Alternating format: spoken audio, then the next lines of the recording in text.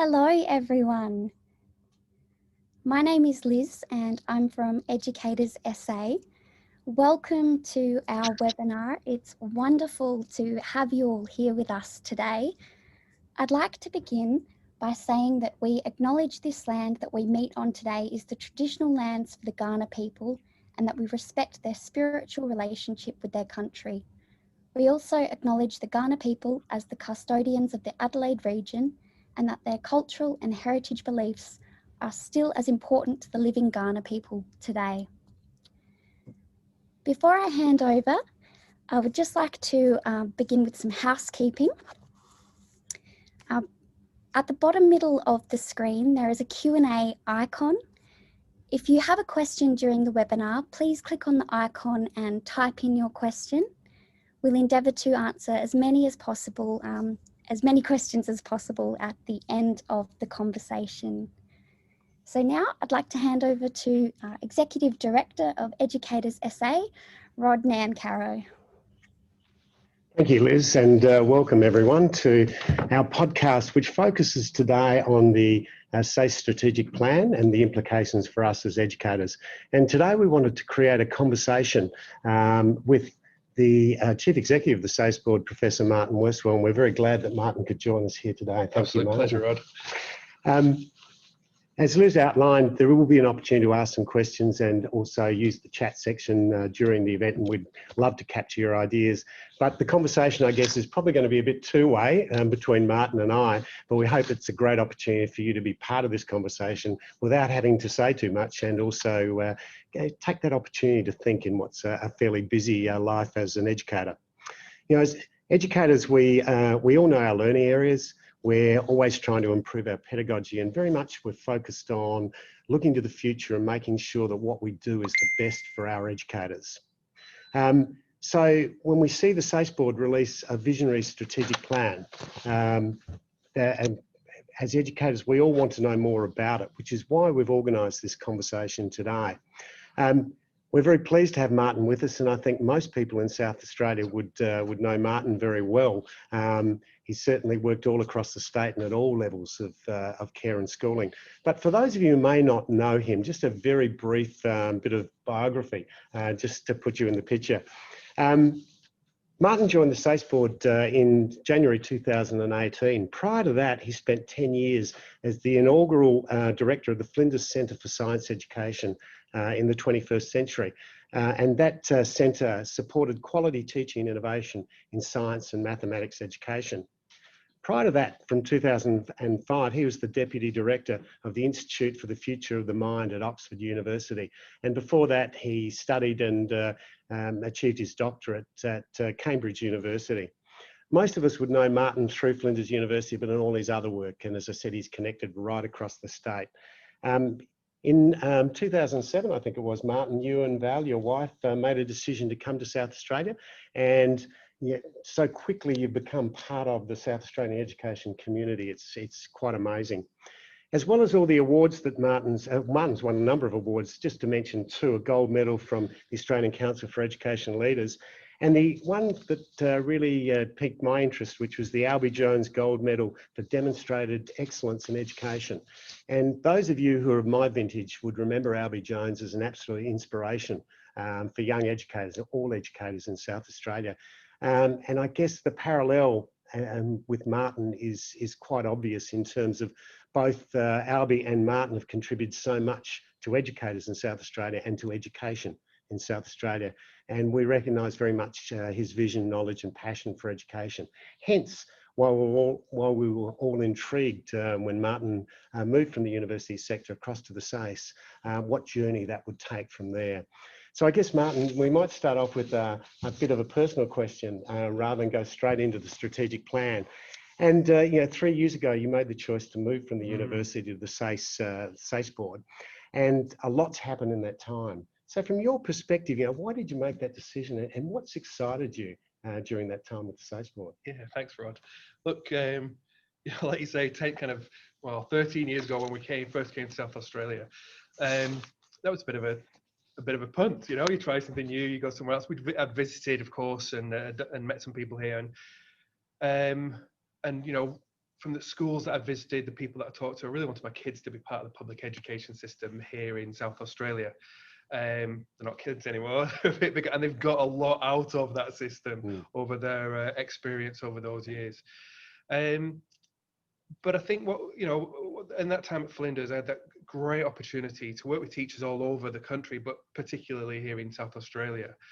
And the job I had was just a great academic job, because it was about having an impact. It wasn't about churning out research papers. It's about working with people, trying to use the evidence to have impact.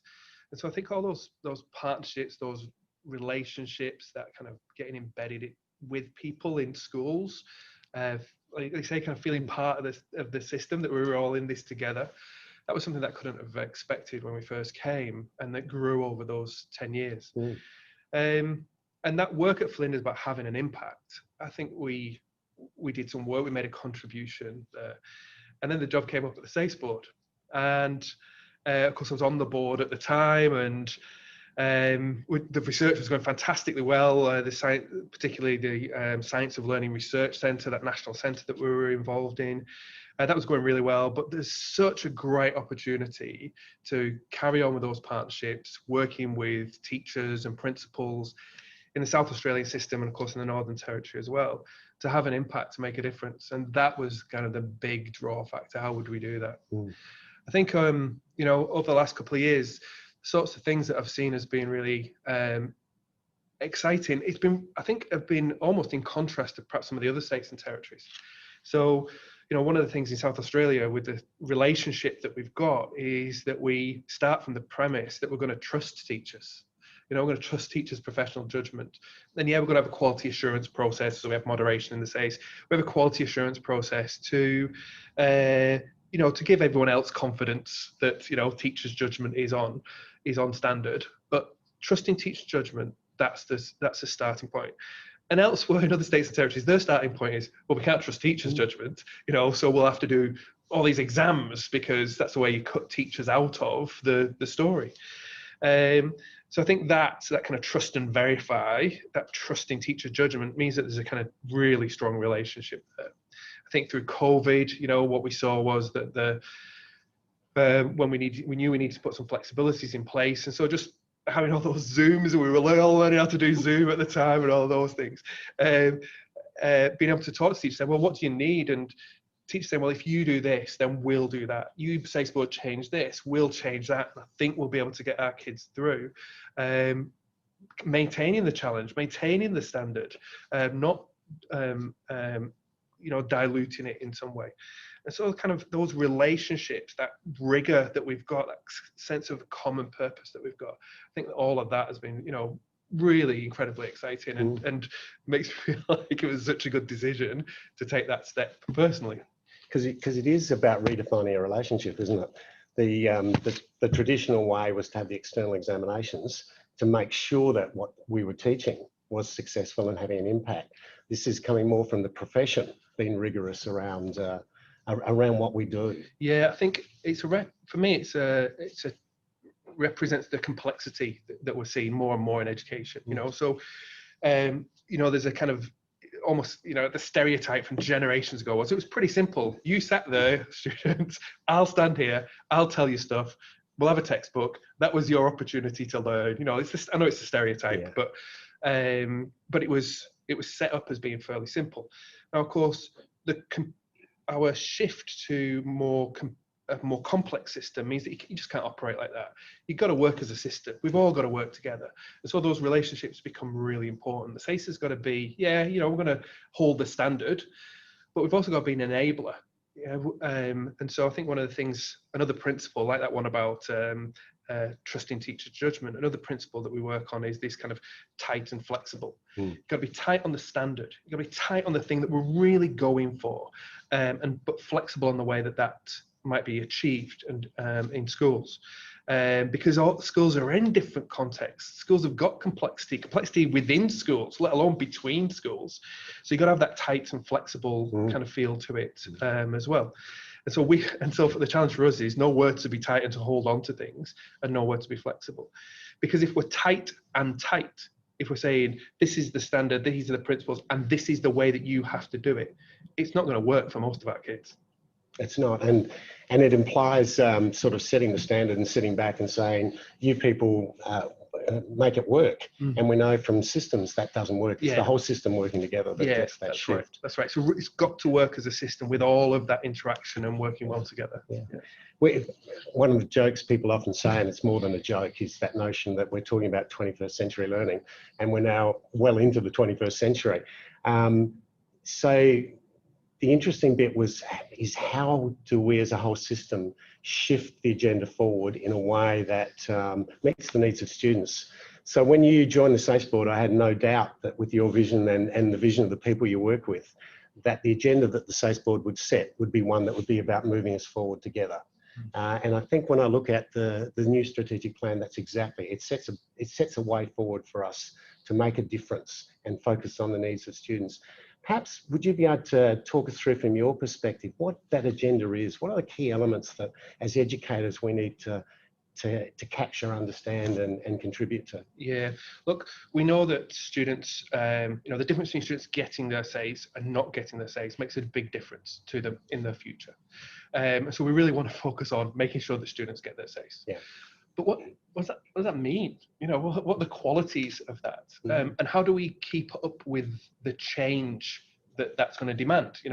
What does getting the SACE mean? What does the world demand? How do we keep up with that? I mean, I think your point about, we're already well into the 21st century is a good point if we talk about 21st century learning. But there's almost when I say that, I'm almost implying that 21st century learning is going to be set for that 100 years. It's really not, right? Yeah. It's really going to have to change. And of course, like everything else, the pace of change is going to increase probably over time. So with the strategic plan, what we're really setting out was not to say this is what we're going to do so much, though we can talk about that, but really, what are we trying to achieve? Yeah. What is the why? Because we're going to have to take a position on that. That's going to be something that we're going to have to hold on tight to whilst being flexible on some other things. And so the board took a decision to say, well, look, our purpose of the board in the modern world is really to help shape education so that students thrive. And so that's now our purpose statement. We're shaping education so that students thrive. The shaping education is really important because it says we're not controlling it. We're not telling you what it is and what it isn't. We're working with you to shape this. We all have a role in shaping this. So it's trying to recognize that systemness that we're going for. But then the student thrive piece is to say, well, it's not enough just to get your SACE. That's got to be aimed towards something, but aimed towards achieving something. But of course, now the question becomes, well, what do you mean by thrive? What does that mean? And so what we did was we had a number of open space workshops where again, tight and loose, tight on what we were trying to achieve. We wanted people to talk about the future of senior secondary education, but flexible on that agenda. And so we had students, industry people, teachers, principals, people from the SACE Board, a whole host of people, really then setting their own agenda. Listened to that, analysed, did a qualitative research analysis on all of those conversations that then occurred. We did that in South Australia, the Northern Territory.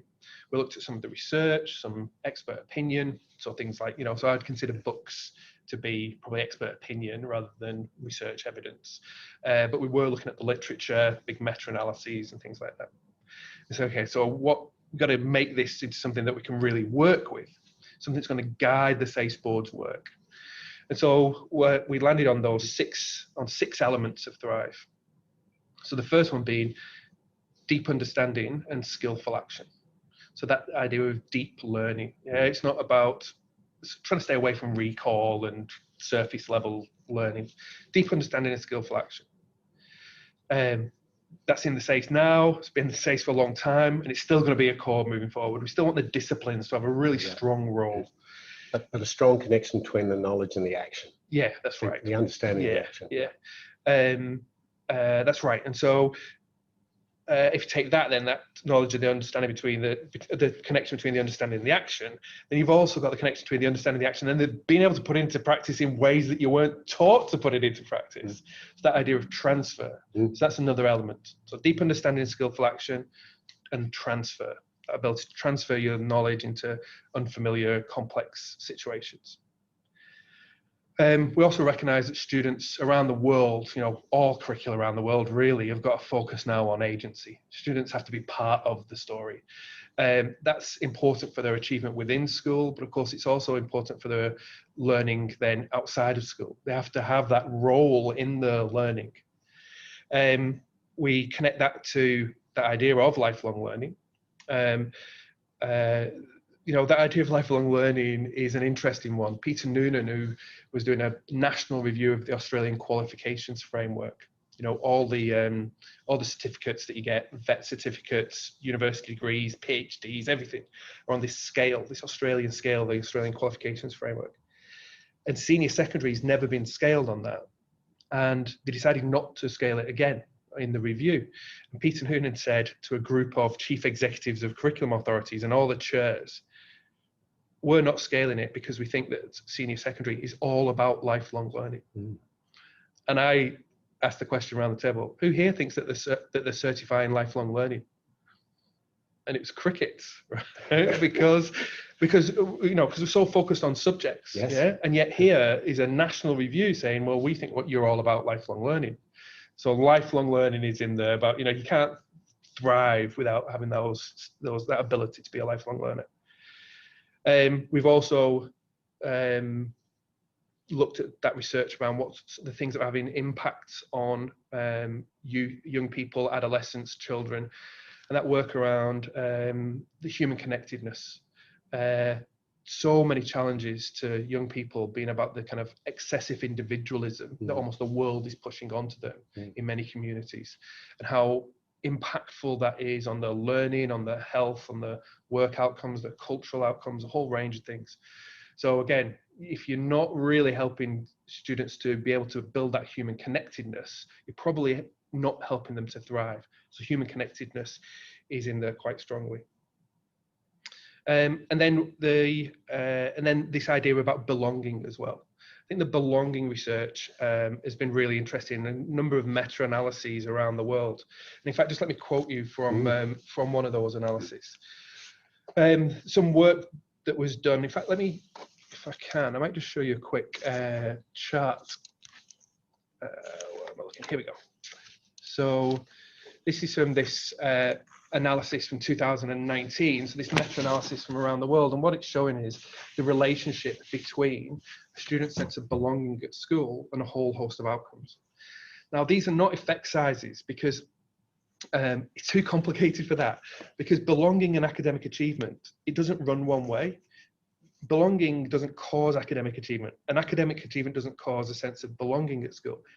It runs both ways, right? So what we're seeing is not an effect size, because I can't tell you exactly which direction it's moving in, but what I can tell you is how tightly they're related. Yeah. So that's what we're looking at here. And so we can see this medium actually relationship between belonging and academic achievement. But if you look at all those other outcomes, motivational outcomes, behavioral engagement, that kind of self-perception, really strong correlations with that belonging. And so you can see that if you focus on something like belonging, it starts to impact on academic achievement, on your self-efficacy, your ability to do that, on things like your engagement, your aspirations. And what you can also see at the bottom of this chart here is that's a negative correlation. That's why I put it in a different color, a negative correlation with things like absence and dropout rates. So if we do schooling that's only about knowledge and skills, you could lose this. You could lose sight of this. And the system, SACE Board as being part of that complex system, we could force teachers away from this. Well, what I think teachers are already trying to work towards this. And what I want to do is for the SACE to be an enabler to help teachers work towards this through these, this has been one example, this example of belonging, but through these elements of Thrive, influencing the work that we do, that then in turn supports teachers to do the work that they know they need to do to help students to thrive. Absolutely. And talking to anyone who's working with adolescents at the moment, the amount of conversation around adolescent mental health, that sense of belonging, all of which are barriers to them being able to engage fully in their learning. But it does shift very much that notion away from the aim to get the highest ATAR for this student. In and of itself is not sufficient any longer. it's all the other things you put around that there. Yeah, great. So if then our why is thrive and these elements of thrive, right? So that's the why we're doing this. Yeah? And knowledge is part of it, right? So we're not throwing it out. No. That's part of it. So knowledge is part of it. So we want these elements of thrive. So what are you going to do with that SACE board? You know, this isn't, we don't want teachers to teach agency or teach belonging. That's not what this is about. This is about the guidance for the SACE board. Yeah? But what are we going to do? And so if you take these idea of thrive and the elements of thrive, and you start to say, okay, so let's have a look at how we might influence the future. You can't do that in a bubble either. So we were looking at things like the Sheargold Review. So Peter Sheargold, who is the Chancellor of University of Western Sydney, and now in fact the Chair of the New South Wales Education Standards Authority.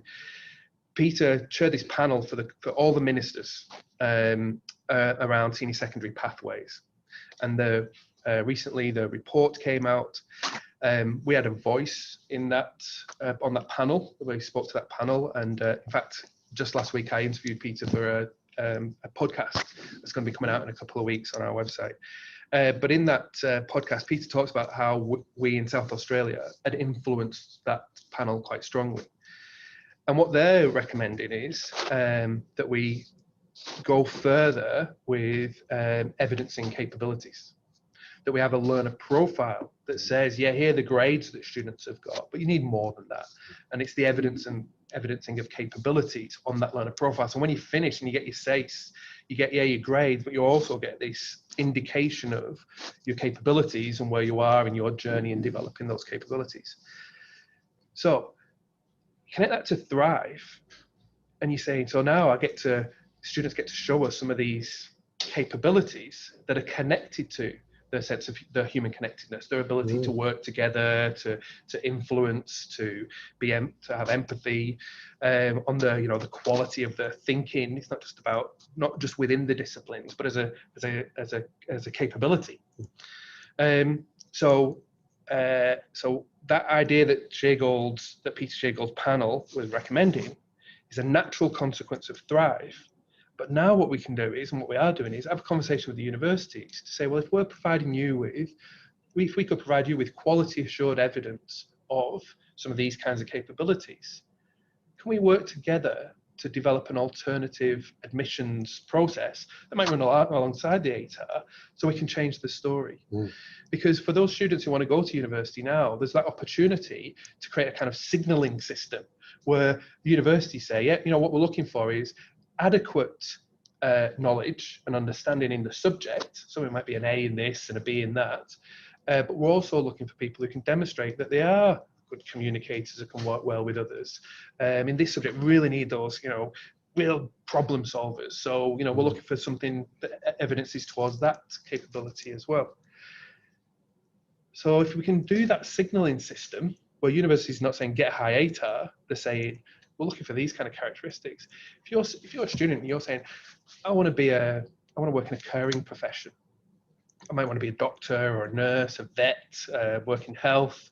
In order to do that, what the universities are telling me is that people who are successful in those courses tend to have these characteristics. Well, I've got loads of them, but I haven't got this one. So now over year 11 and 12, whatever I'm doing in my subjects, whatever I'm maybe in my research project, I'm going to work towards developing evidence of that thing. So now the students got agency in this conversation about what I'm going to learn in order to get on my pathway. Now, we know that we need them to learn. They've got their learning entitlements as well in terms of, I want them to have not just literacy to be functional, but literacy to be able to read a novel or watch a play or watch a movie that's not a Marvel superheroes movie, So there's a learning entitlement there as well. But now when we're in senior secondary, we really start to think about that transition and what I'm going to need for that successful transition to my next step, and also to be set up for success in the future.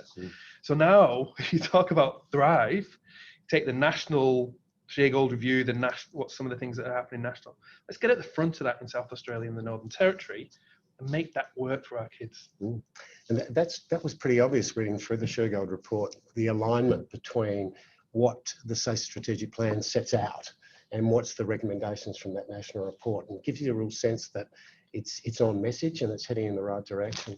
You've mentioned a number of times, and I think it's an important point, that knowledge isn't evaporating from this. There is valued knowledge that's still there and high standards around that knowledge, but it's almost a plus plus. And it's a very student focused, what is this student going to need to thrive? Mm. From a teacher's point of view, I've grown up in an era where helping my kids to get the highest ATAR they can has been my goal. And it's often a measure of how well I'm doing as a teacher. This shifts a bit because I now need to grapple with things like agency, belonging, those sort of things. How are you seeing the role of the teacher shifting in this process, or how can I as an educator engage in it? Yeah, okay. I think there's two parts of that, right? So the first is, this isn't a revolution, right? We're not saying stop doing what you're doing, we're doing this now.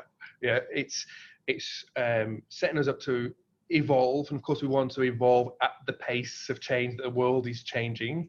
We all have a role in that. So the world's changing, that means the system changes, and any of us that are in that system are trying to adapt to that change. Of course, the SACE Board will provide support. So we have now Prescient, our professional learning arm. We want to work closely with the sectors and of course with the associations. I mean, that's going to be really important to us. So this idea of trusting teachers' judgment, that so with the associations, that's one of the ways in which we connect really strongly. That's a message that will resonate with teachers right throughout the state, I've no doubt. Yeah, great. So and when we've got really strong foundations upon which we've built those relationships, and we'll carry on. And I definitely want to be able to, I want to be able to challenge the profession, and I want the profession to challenge us and say, well, how about this? Well, what about this? Can we do this? So we want to be able to challenge each other within the system so that we can move forward, but without it being unattainable. So it's got to be a shift. So I don't think we're going to kind of stick in a learner profile and go, right, so from next year, you've got to give evidence of this, and this, and if you don't, you're not getting your SACE. It's not that. It's how do we work together? How do we learn together? How do we bring this in incrementally? The ATAR will still be there, but how do we create a space to enable teachers to try out, if they've not had lots of student agency in their classroom, to try that out, to have some successes, to have some failures that won't impact on the kids' outcomes. Because that's one of the barriers, isn't it, for teachers, that they want the best for their students. They are totally committed to that. And know that sometimes if you try something and it doesn't quite work, you might be putting the students at risk. And we don't want that to be in place. We want people to have confidence, to feel supported, to know that working with the SACE Board, they're able to do that, step into this, and it won't be such high stakes. So it's a moving together. I think in terms of your other question about how do people get involved in this? Well, again, if you look at the old way of doing things like subject renewal or some of the things that we would do, we'd come up with something, with experts and the expertise that we have here in the SACE Board, we'd put something together, we'd consult on it, we might make some changes because of that consultation, and then we'd put it into the field. Then we might make some other changes, but pretty much it was fairly set. And the premise of the thing back at the beginning was almost set by us. Well, I think we need to change that. So I think now what we'll see is much more of a, not the SACE Board as the authority that kind of tells you what to do, but really working with educators. So at the early stages, we might test some ideas out with some critical friends, with teachers from schools, with other experts as well. And then as we're building that new subject or that new capability or whatever it is, get more people involved to kind of test this out at a bit of a higher scale, learn from that, decide if we're going in the right direction. If we're not, that's not going to work. Like, let's stop, let's go back and have a redesign and do that together. So that when we get to the point that this new subject, this renewed subject, or this capability is ready for deploying across the system, that we've had so much input from teachers from different schools, different regions, different characteristics of the school, South Australia, the Northern Territory, even the SACE International Programme, that when we land that thing, we know that we've dealt with most of the risks and most of the challenges along the way. And there will be other risks and challenges. There'll be other things that don't work. And we'll be ready to make more iterations to make this have the most value for students. I think what you're clearly doing is setting an agenda and not saying this is what agency looks like per se, but pointing us in a direction to collectively engage with that. As you said, it's not about teaching agency between weeks 1 and 4 of any term. It's about how our students engage in and build their agency and how we structure that. And I agree, one of the best ways of doing that is to interact with other educators and to be doing that together. And I think associations have a really big role to play in that as well. Yeah, definitely. So, as disciplines, all the disciplines that we're used to working in, and I know not all the associations are discipline focused, but even the disciplines that we've got, they're evolving over time. You think about the area schools. So the area schools, their challenges are evolving over time. We're all part of this system, and it's always evolving and always changing. Yeah. And we've got to work closely together to make the most of those changes and to respond to the changing educational needs of students. I think the other thing that really appeals to me about this agenda is things like agency, belonging, making use of things that are not new notions for educators. We've been grappling with these for years. What the plan it does is to bring them together and a focus and a definition around thriving, which gives us all an into that conversation and a way of that teacher voice, that educator voice being prominent in developing our understanding of that. Yeah, that's been really important to us. I think that idea of we've already got this story in South Australia in the Northern Territory, and we were trying to be an enabler to our story for our South Australian story, our Australian story, to take the next step, to move on, to not be held back by the SACE, but in fact to be propelled forward by the SACE. And so if we were to kind of, like say, if you're trying to take control of it and say, this is what agency looks like, well, first of all, that will go out of date pretty quickly as we get a more sophisticated understanding of what we mean by agency. So that will go out of date pretty quickly. And it would end up being this one-size-fits-all thing that just won't fit anyone. So it's this tight and loose idea as well. So if you talk about belonging, for example, for some Aboriginal students, that will be belonging to the culture, belonging to country. For other Aboriginal students, it won't. It'll be something else. For some students, it'll be belonging to that sense of belonging to a pathway, a profession. I want to be a carer or a technologist, or that's the kind of person I want to be. I belong to that. For other students, it would be we do a lot of work around, for example, our disabled students, making sure that they feel a sense of belonging and not feeling excluded from the schooling. And so this idea of belonging is tight because we've all got it. And we've all got this kind of broad understanding of what it is, but flexible because it's got to work, not just for every school, but for every kid. And it'll be different for every kid. And what belonging looks like when you're in reception, and what belonging looks like when you're in year 12, and what the relationships need to look like in order to achieve that, are pretty different. Yeah. Right? Yeah. So we can't have that one size fits all. And equity is a big focus within the plan too. Do you want to comment on that? Yeah. So I think a lot, if we're talking about things like agency, or if we're talking about some of the characteristics like some of the complex problem solving and things like that, I think one of the things that we see is that it's in danger of being an emergent outcome of education. Yeah, and so we teach the stuff that's in the curriculum, do a great job of that. And then for some kids, some other stuff pops out. So this sense of agency, this ability to do some of that, that stop and think work, that strategic competence, that intercultural understanding or collaboration kind of pops out all over the place. And then for other kids, it doesn't. And so we say, but I'm not sure teachers say this, but there's a danger that from a policy point of view, we get to this point where we say, but for those kids, we just need to make sure they've got the basics. But the basics, these are the basics, right? These are the basics that you're going to need to go into your life and thrive. Absolutely. So they can't be an emergent outcome. They can't just pop out because of the context in which the kids are and the teaching that they're getting. It's got to be an intentional outcome. We've got to aim for it within our system. And yes, tight and flexible, it might look a bit different. We've got to be flexible enough for that, but we've got to make sure that we're developing that for all our kids in order for them to thrive. I mean, I think, again, if I just have a look at the notes that I've got in the Sheargold review, one of the findings from the Sheargold review is that it talks about education should be acknowledged as a stepping stone to a fair society. I think that's a really strong message from a national review about senior secondary.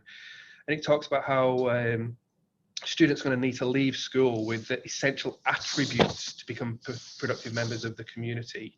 So things like employability skills, creativity, kind of entrepreneurial, that being able to get stuff done. It's not necessarily entrepreneurial skills, are not necessarily starting a company. It's just getting out there, using the resources that you got, working with others. How can we do this? Who do we know? What can we get? Let's get this stuff done.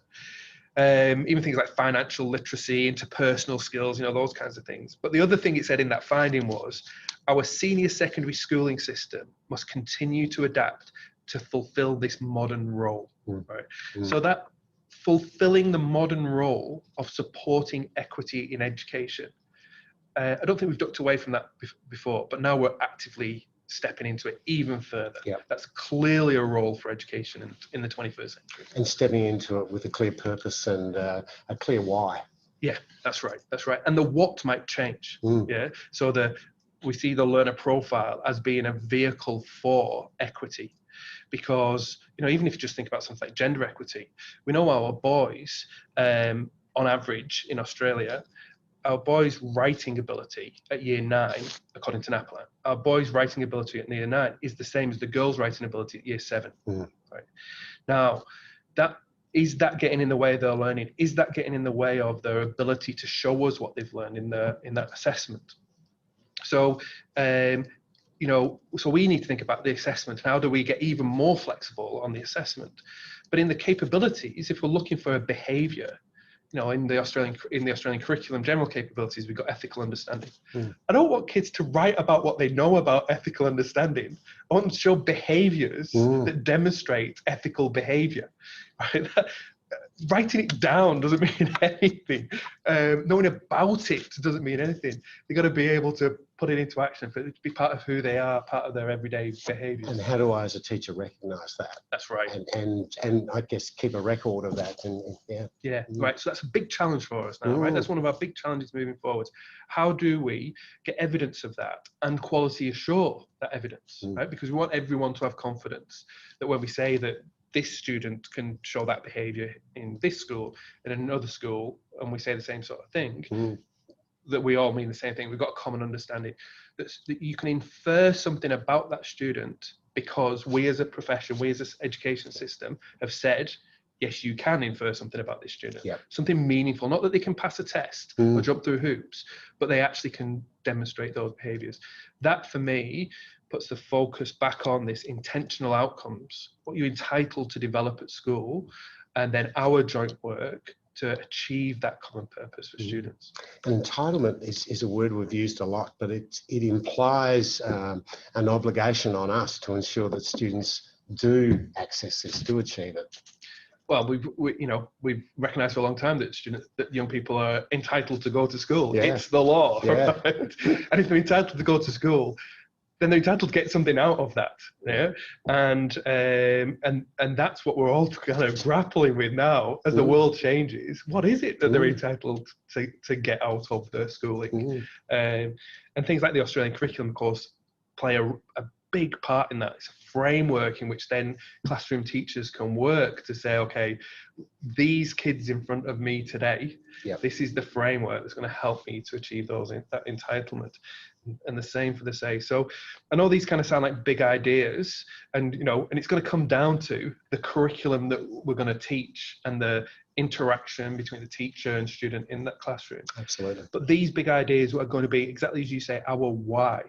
And now they'll flow through into our subjects. They'll flow through into things like the learner profile and the capability. And the big ideas allow me as an individual teacher to continue to think about what that looks like in my classroom, but also to do it collectively with my colleagues, either in my school or in my association. Yeah, that's right. And so we're going to be tight on these things. If that's our story, how do we each play our part in that system? Associations, teachers, SACE Board. How do we learn together? How do we amplify the things that are really working together and dampen down the things that are not working in our system? How do we work together on that? And because big ideas like this, we often rush, or in the past we've often rushed to define them and to say this is what belonging looks like. And yet, as you said, this is something we'll continue to evolve over time. So it's about grappling with it now, understanding it now, and seeing how we can engage or ensure our students are belonging. Yeah, look, I think that's really tough for teachers as well, Yeah. right? Because that flexibility can also feel like it's vague. Yeah. It's like, oh, come on, just tell us what you mean. You know, tell us what this means for me as a teacher. What's the curriculum going to look like? What's the change going to look like? But we'll see that. We'll do that. So things like the renewal of the research project, the renewal of the PLP. Already we've seen teachers across the state engaging in some of that work, you know, at a small scale, just while we work up some of those ideas. But they'll see it in a bigger scale, and they'll see it eventually when it gets, you know, when it gets rolled out. And there will be support in there to say, well, how do we transition from where we are now to that? We'll take it one step at a time. But in that implementation, in that change, I think if people are not seeing the elements of Thrive, we're doing something wrong. It's not that I think they will see it there. They will need to help people to see it there, to see how it's enabling them to help young people to thrive. And if people haven't had a chance to look on the SACE website yet, there's a whole lot of video clips on there which, you know, from a student perspective as well as a teacher perspective, go into what Thrive looks like or what it. Yeah, great. So here is the website, and as you say, there's lots of resources on there, including those 6 elements of Thrive, and this idea of bringing Thrive to life. So we're seeing students commenting on that, a bunch of videos and resources. In the same way that, you know, within the curriculum, what we do is we have our elaborations and we characterize ideas. So this isn't static. We're intending to make sure that we've got lots of different voices within this. And so you can see we've got some things from around the world, but what we're also looking for is for people to add their own examples to reflect more and more and more the South Australian and Northern Territory story on this website. Yeah. And I think from what I've been reading and talking to colleagues interstate, that we're well and truly leading this agenda. I think that's right. I think there's a couple of things. I think our size really helps, you know, because we've got these relationships. You know, we're almost in that kind of Goldilocks zone. You know, not be too small. Side, not be too small, not be too big, just right to do some of this work. I think that if you know, 10 years ago when the new SACE came in and we shifted to a standards-based approach, where our teachers have got great at looking at a piece of work and then saying, on balance, this piece of work is that grade, and having our quality assurance process now. So, you know, now we have 95% of grades are confirmed in moderation. That's telling us something about the profession, right? And we're able to do that. And because we're able to do that now, when you start to think about capabilities, when you start to think about how would you evidence capability against the progression, well, you're looking for some evidence against that progression. We've been doing that for 10 years. Other states and territories haven't. They've been lining kids up saying, well, you're top, you'll get A's, you'll get B's, you'll get C's, and then that gets moderated by the exam or some test. So in this school, those A's turn into B's, and in that school, those B's turn into A's. We don't do that in South Australia. We say, no, there you are against that standard. And of course, one of the great things has been that set us in fantastically good position in terms of COVID. You know, it's not been a normal year, but the professionalism, this idea that we trust our teachers, we're going to have to do things a bit differently. We've got more flexibility in the school-based assessment. We'll make sure that the moderators are looking for that evidence, including the flexibility that was put in there in moderation, so that our students, it's not been a business as usual year. It's been a pretty unusual year. Teachers have been working really hard. Students have been working really hard to be resilient. But they've got that school-based assessment. And you know, everyone was worried about, well, what if we don't do exams? Well, we'd be in a really strong position if we didn't do exams. We're lucky that we can do them as far as we know now. But again, our system is really strong already, strong foundations. And now the way that we're thinking, other states, territories, other countries are looking at South Australia going, look at what they're doing there. That's interesting. We should learn from that. We could do something like that. Getting lots of interest from other states and indeed from the Australian government about what we're doing. And I'm keen for us to lead in this space, because we know that if we don't lead, someone else will. Another state, another territory, another country, they'll start to lead. And then the danger is that we'll end up following and we'll lose that South Australian story. I want to really hold on tight to that. And I sense when you're talking about the we all the time, you're talking about us collectively. educators, the SACE Board, and Oh yeah, yeah, no, which Yeah. I think is indicative, because you mentioned it's not a revolution. And in fact, our ability to take on this agenda is because of all the work we've done together over these years around the standards and other developments in senior secondary. So we're ready for this now. Yeah, that's right. The we is us together as a system. Yeah. So yeah, it's a funny thing that perhaps I'm defaulting to and not being clear about, but it's us together. I think it does come across, and I think it's something I just wanted to reinforce, because it's an important notion. It's us as a system moving together, rather than a part of the system telling part of the system what to do. Yeah, that's right. And that means all of us are going to have to grapple with this. It's not about waiting for the SACE Board to say what this looks like. It's about all of us together having the conversation and working with colleagues to do that. The other one, just before we go to some questions, the other one the plan also talks about connected qualifications. Did you want to talk a little bit about that? Yeah, so, so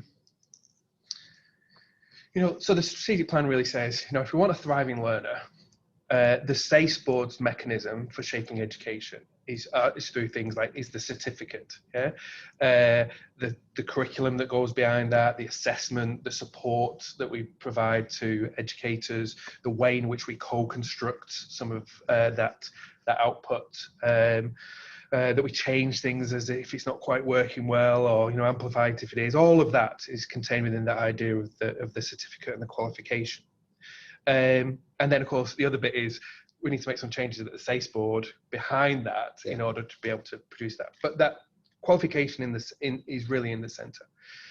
So that qualification, it needs to not to be, or it needs to move away from just being a ticket. It doesn't just say, here it is, it's the ticket to your next thing. It has to say something. It has to be connected to kids, to their lives.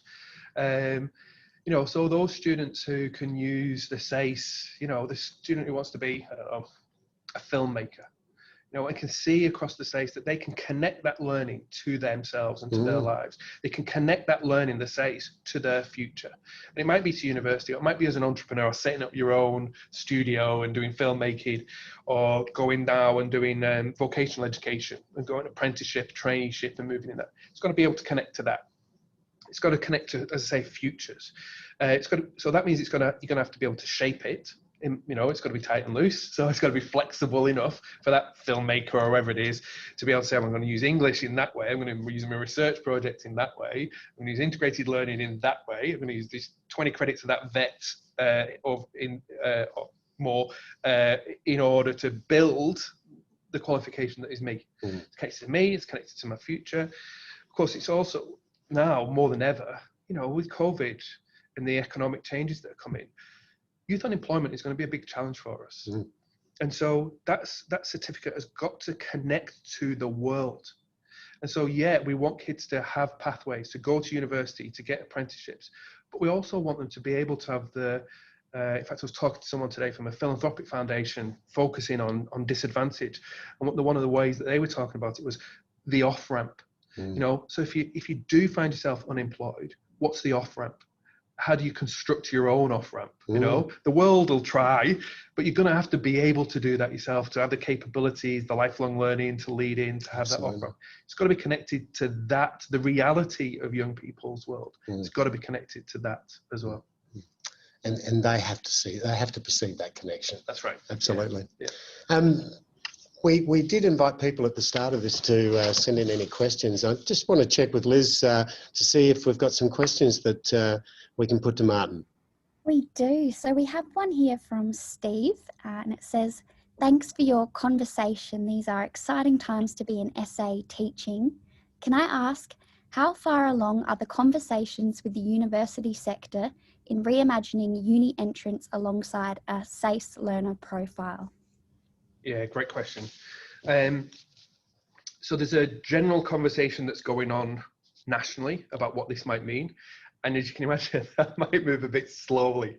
So again, what we're trying to do in South Australia and Northern Territory is take a bit of a lead on this. So I've talked to the vice chancellors or their delegates, and through SATAC. So SATAC have been a really strong, great partner in this, trying to help us to imagine some futures together and what our roles might be in it. So we talked to as I say, with the Vice Chancellors, and I think that it's fair to say that they're cautious, but optimistic and enthusiastic. You know, they're not jumping in and saying, yeah, let's do that no matter what, but they are saying, no, we're really keen to work with you on this. So we're fairly early on in that conversation, but of course they're also recognizing that the graduate qualities, what graduates of university look like, are quite influenced by what the qualities of the students who are going in look like. So they have a role in shaping that, in bringing that to the fore, in developing that. But also, you know, the students who are admitted as undergraduates, their nature shapes it.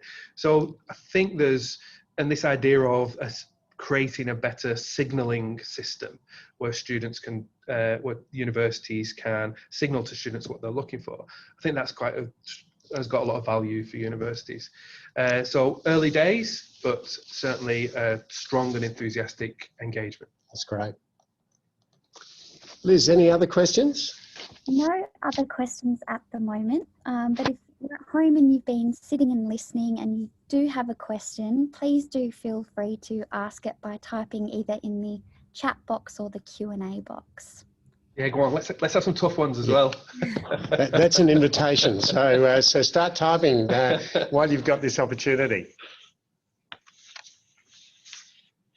I think, you know, just coming back to that point you were talking about before, Rod, about equity.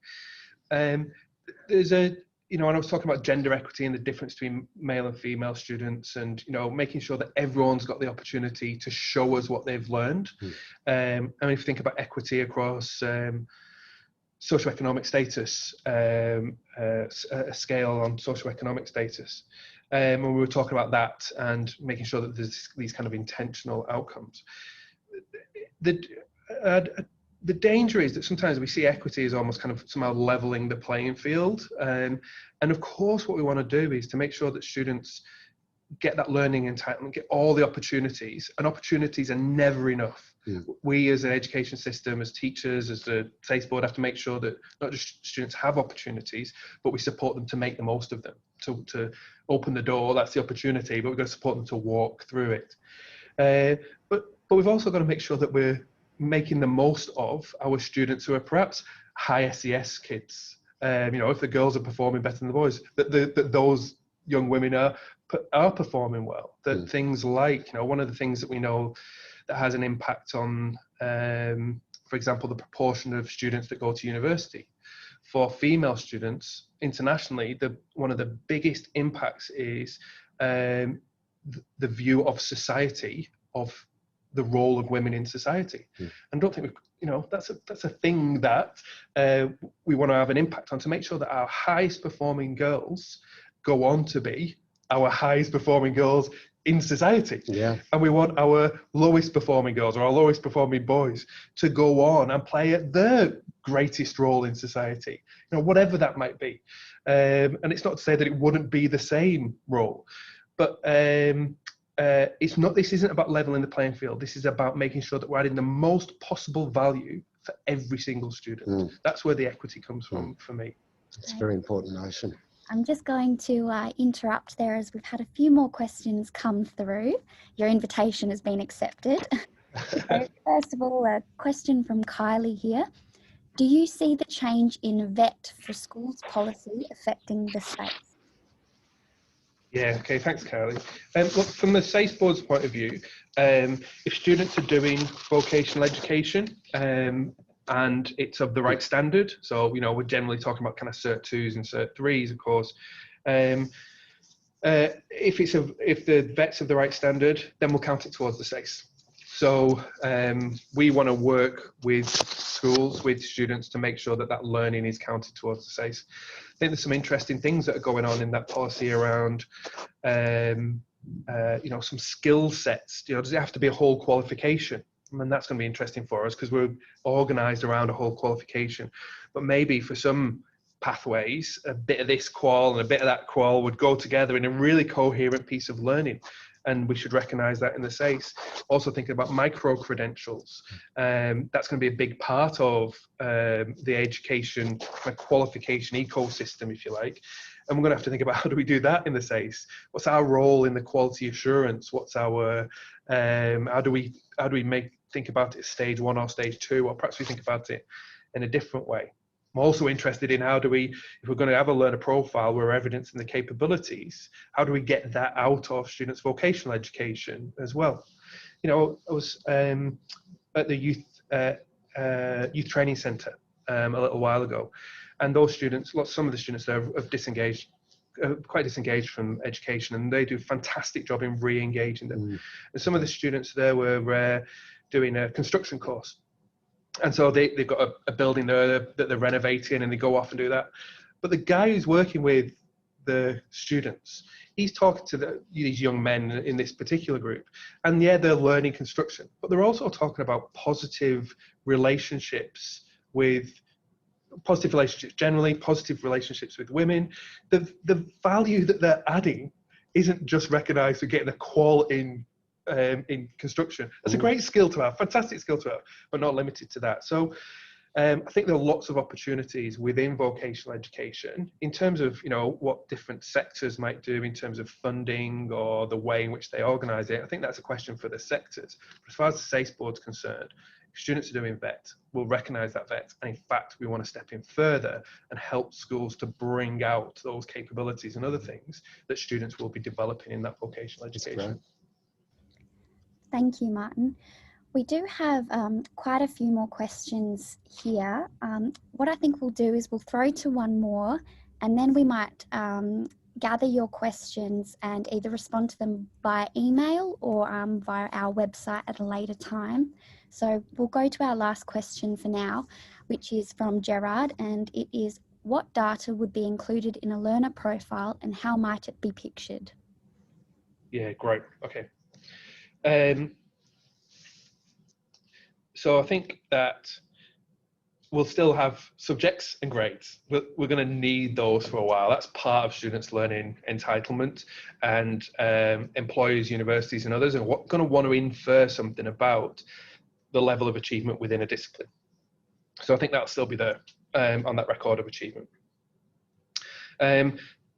One of the things that's kind of on the back burner for now, because we're waiting to see what happens nationally, is I think we'll have to consider literacy, numeracy and digital literacy in a different way. I don't think they actually fit as a capability. They're much more of a kind of underpinning skill. And so I think we'll have evidence of that separately.